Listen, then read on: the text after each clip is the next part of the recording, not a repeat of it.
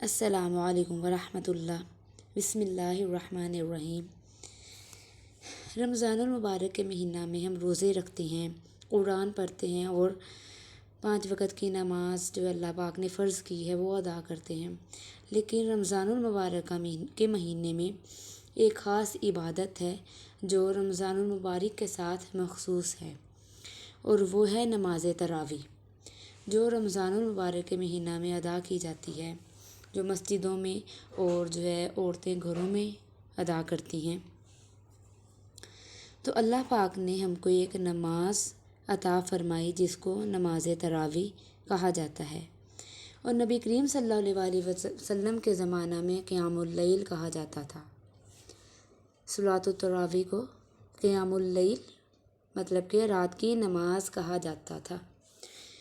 اور چونکہ یہ عشاء کی نماز کے بعد ادا کی جاتی ہے تو یہ قیام اللیل ہی ہو گیا۔ ہمارے نبی کریم صلی اللہ علیہ وسلم نے 3 دن نماز تراویح پڑھی، پھر نہیں آئے۔ 3 دن نماز تراویح ادا کرنے کے بعد پھر باہر نہیں آئے کہ کہیں یہ جو ہے میرے نبی کریم صلی اللہ علیہ وسلم نے یہ سوچا کہ کہیں یہ میرے صحابہ پر اور کہیں میری امت پر یہ فرض نہ ہو جائے، اور پھر جو ہے جب فرض ہو جائے تو پھر اس کا ادا کرنا ضروری ہو جاتا ہے، جیسے کہ آپ کو پتہ ہوگا، اور اگر ہم اس کو ادا نہیں کریں گے تو پھر ہم گناہ گار ہوں گے۔ تو پھر حضرت جو ہے ہمارے صحابہ کرام رضی اللہ تعالیٰ عنہما اپنے طور پر قرآن سنتے تھے کہ ایک ٹولیوں میں بیٹھ جاتے یا ٹولیاں بنا لیتے، تو اس صورت میں جو ہے یا نفل نماز کی صورت میں یا ٹولیاں بنا کر جو ہے وہ قرآن پاک کو سنتے تھے رمضان المبارک کے مہینے میں، تاکہ جو ہے اچھے سے ان کو قرآن بھی یاد رہے، اور جو ہے قرآن کی فضیلت کی وجہ سے، اور قرآن اللہ پاک نے رمضان المبارک میں نازل فرمایا تو وہ اس طرح ٹولیاں بنا کر سنتے تھے۔ پھر جو ہے دور صدیقی میں 2 سال جو فتنوں میں گزرا، تو جو پھر تب بھی صحابہ کرام رضی اللہ تعالیٰ عنہما ٹولیوں میں سنتے تھے، مطلب کہ ٹولیاں گروہ بنا کے آپس میں گروہ بنا کر تو ایک دوسرے سے قرآن سنتے تھے۔ یہ تراویح کی صورت ہو گئی۔ پھر حضرت عمر فاروق رضی اللہ تعالیٰ عنہما کے زمانہ میں حکومت مضبوط ہو گئی، تو ابتدائی سالوں میں تو کئی سالوں کے بعد جب ابو عمر فاروق رضی اللہ تعالیٰ عنہما ایک دن تشریف لے کر آئے مسجد میں، مطلب کہ آتے تو ڈیلی تھے، لیکن جب کچھ ٹائم گزر گیا، کچھ سال گزر گئے، کئی سال کے بعد جب جو ہے عمر فاروق رضی اللہ تعالیٰ عنہ مسجد میں تشریف لے کر آئے تو دیکھا کہ جو صحابہ کرام رضی اللہ تعالیٰ عنہم ہیں وہ ٹولیاں بنا کے ٹولیوں کی صورت میں ایک دوسرے سے قرآن سن رہے ہیں۔ اب چونکہ حضرت عمر فاروق رضی اللہ تعالیٰ عنہ کے زمانہ حکومت میں جو ہے حکومت بھی مضبوط ہو گئی تھی، تو انہوں نے فرمایا کہ سب ایک امام کے پیچھے نہ جمع کر دیا جائے، کہ ایک امام ہو اور وہ جو ہے قرآن پڑھیں، اور جو ہے باقی جو صحابہ کرام رضی اللہ تعالیٰ عنہم ہیں وہ ایک امام کے پیچھے جو ہے کھڑے ہو کے سنیں۔ اب جو ہے نبی کریم صلی اللہ علیہ وسلم نے فرمایا ہے کہ میرے اور میرے خلفائے راشدین کی سنت کو مضبوطی سے عمل کرنا، مضبوطی سے پکڑ لو، ٹھیک ہے؟ تو جب اب نبی کریم صلی اللہ علیہ وسلم نے ایسے فرما دیا ہے تو اب خلفائے راشدین نے اگر اپنے اجتہاد سے کیا تو بھی ٹھیک ہے، اگر نبی کریم صلی اللہ علیہ وسلم سے سنا کہ جو ہے اس طرح امام کے پیچھے تراویح ادا کرنا یا جو ہے 20 تراویح ادا کرنا تو بھی بہتر ہے، تو زیادہ بہتر ہے۔ تو اگر ہمارے صحابہ کرام جو ہے انہوں نے اپنے اجتہاد سے کیا تو بھی ٹھیک ہے، اور اس پر بھی عمل کیا جائے گا، کیونکہ جب نبی کریم صلی اللہ علیہ وسلم نے فرما دیا کہ میرے اور میرے خلفائے راشدین کی سنت پر مضبوطی سے عمل کرنا، اب اگر جو 8 پڑھ لیں تو وہ بھی ٹھیک ہیں، ان کو بھی ہم غلط نہیں کہتے، ٹھیک ہے؟ تو اگر یہ جو ہے تراویح یہ نفل نماز ہی ہیں تو اگر کوئی 8 بھی پڑھ لیں تو ہم اس کو غلط نہیں کہتے، وہ بھی ٹھیک ہے۔ اب تراویح کا نام کس طرح پڑا؟ اب لگتا ہے کہ مولانا طارق جمیل صاحب بھی فرماتے ہیں، طارق جمیل، کہ اہل مکہ جو تھے کہ وہ فرماتے ہیں کہ اہل مکہ جو تھے وہ 4 تراویح پڑھ کر ایک طواف کرتے تھے، ٹھیک ہے؟ اس طرح حدیث میں بھی آتا ہے۔ اب وہ فرماتے ہیں کہ تراویح کا مطلب کیا ہے؟ اب حدیث میں تو آتا ہے کہ اہل مکہ 4 تراویح پڑھ کر ایک طواف کرتے تھے کہ کچھ دیر آرام کر لیں، کیونکہ جو ہے ترویہ کا مطلب ہے آرام، تھوڑی دیر کا آرام، کچھ دیر کا آرام، ترویہ کا مطلب ہے کچھ دیر کا آرام۔ اب چھوٹا سا طواف 10 منٹ میں ختم ہو جاتا، پھر طواف کرتے، پھر نماز پڑھتے، پھر ٹھیک ہے 4 رکعت تراویح ادا کرتے، پھر طواف کرتے، پھر 4 رکعت تراویح ادا کرتے۔ اس طرح پھر جو ہے ان کا ایک جو ہے اندر درمیان میں طواف کرنا وہ ان کے لیے ایک ترویہ ہو جاتا کہ وہ آرام کر لیتے کچھ دیر۔ پھر مدینہ والوں کو پتہ چلا کہ جو مکہ والے اس طرح کرتے ہیں کہ 4 تراویح پڑھتے ہیں، پھر طواف، پھر تراویح 4، پھر طواف، اس طرح 20 رکعت کو پورا کرتے۔ تو اہل مدینہ نے کہا کہ اس طرح تو وہ ہم سے نیکیوں میں بھر رہے ہیں، تو اب ہم کیا کریں؟ تو انہوں نے 20 تراویح کی جگہ 40 تراویح کو ادا کرنا شروع کر دیا، تو وہ 40 تراویح ادا کرنے لگ گئے۔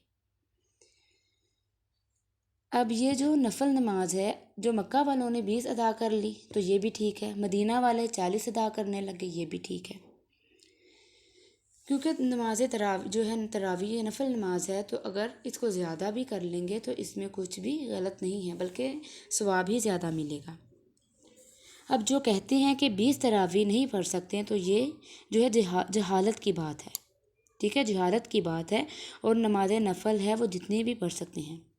اور جو 8 پڑھ لیں تو ان سے بھی بحث نہیں کرتے کہ وہ بھی ٹھیک ہے۔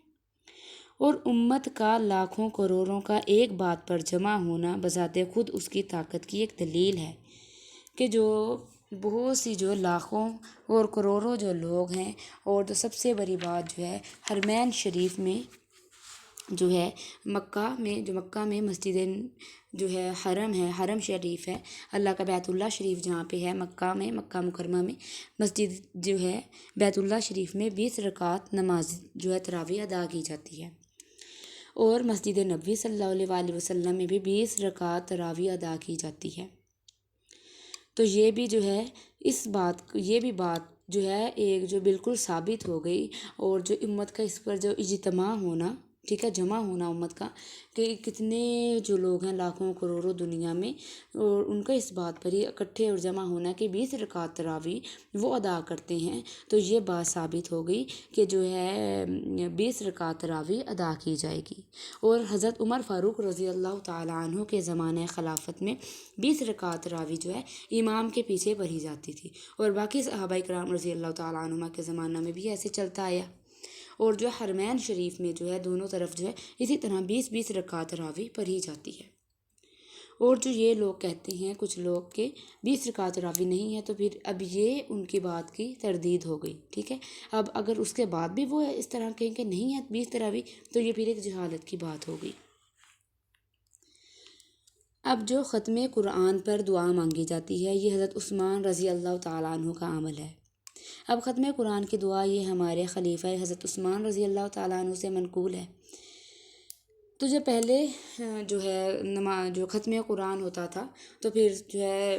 اپنی دعا مانگ لیتے تھے، مطلب کہ اجتماعی دعا اگر کر لیتے تھے، کچھ دعا کر لیتے، اتنی نہیں کی جاتی تھی، لیکن جو ہے تیسرے خلیفہ کے زمانہ میں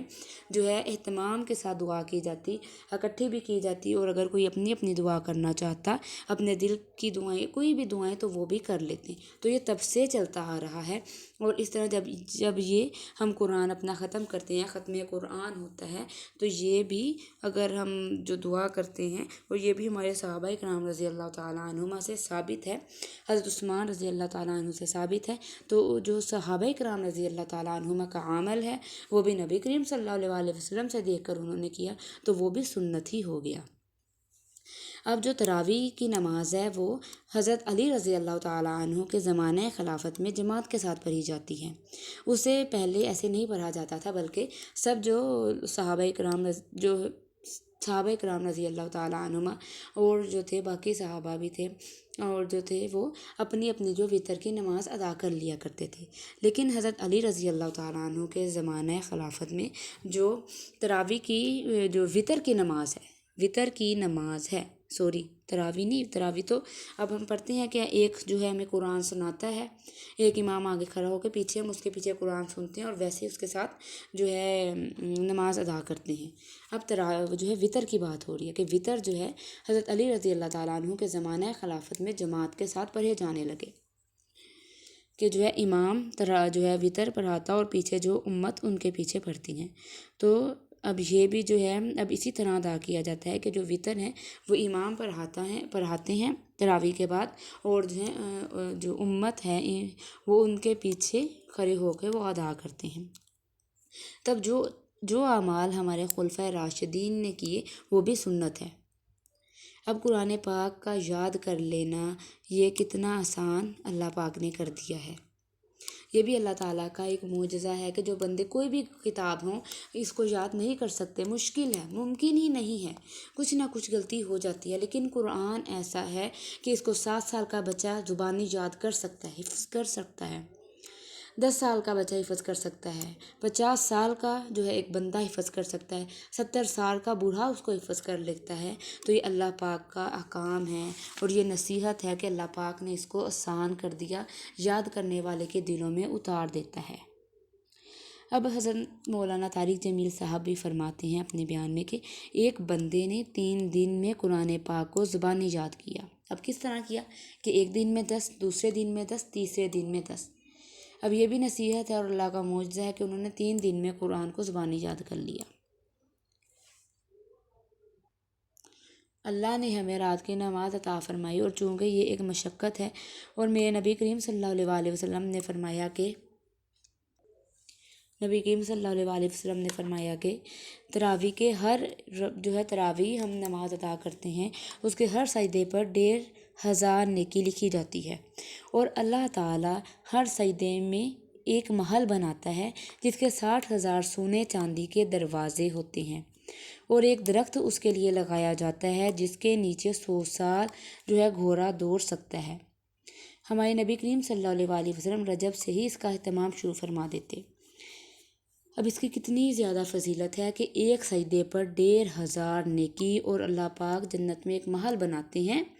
کہ جس کے کتنے دروازے ہیں؟ 60,000 سونے چاندی کے دروازے ہیں۔ سبحان اللہ، کتنی اللہ پاک بندے کو جو ہے تراویح کے ایک سجدے پر کتنی نعمتیں عطا کرتے ہیں۔ تو کیوں نہ ہم بھی یہ نعمتیں اگر اللہ پاک عطا کر رہے ہیں تو ہم بھی حاصل کر لیں، ٹھیک ہے نا؟ اب نبی کریم صلی اللہ علیہ وسلم کے زمانہ میں 9 رمضان آئے، انہوں نے 9 رمضان مطلب اتنا انہوں نے اپنی جو ہے وفات سے پہلے اتنا ٹائم پایا کہ 9 رمضان دیکھے، پھر 10ویں رمضان سے پہلے آپ اللہ کے پاس تشریف لے گئے، جو ہمارا اصل ٹھکانہ ہے، آپ وہاں پہ چلے گئے اللہ کے پاس، اپنے پیارے اللہ کے پاس تشریف لے گئے۔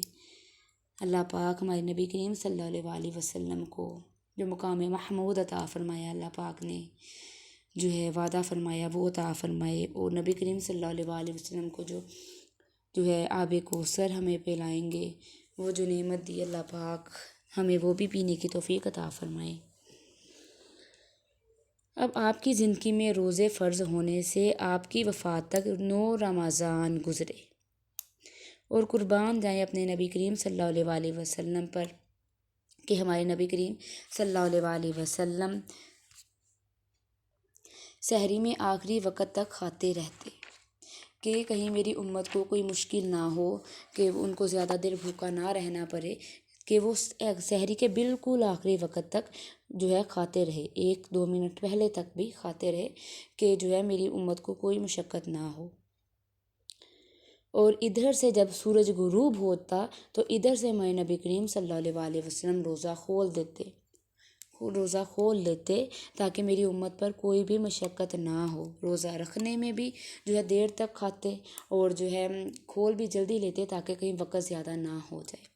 تو اتنی جب ہمارے دین میں اللہ پاک نے آسانیاں کی ہیں، ہمارے نبی کریم صلی اللہ علیہ وسلم نے اتنی آسانیوں والے عمل ہمیں کر کے دکھائے ہیں، تو ہمیں بھی چاہیے کہ ہم روزہ، نماز، قرآن سب ادا کریں، اس کے ساتھ جو نماز تراویح کی اتنی زیادہ فضیلت ہے وہ بھی ادا کریں۔ اور یہ جو ہے رمضان میں نبی کریم صلی اللہ علیہ وسلم نے فرمایا کہ جو قیام کرے یعنی نماز تراویح پڑھے ایمان کی وجہ سے اور ثواب طلب کرنے کے لیے اس کے اگلے سب گناہ یعنی صغائر بخش دیے جائیں گے۔ اللہ پاک سے دعا ہے اللہ پاک سب کو نماز تراویح ادا کرنے کی توفیق عطا فرمائے۔ صدق اللہ العظیم۔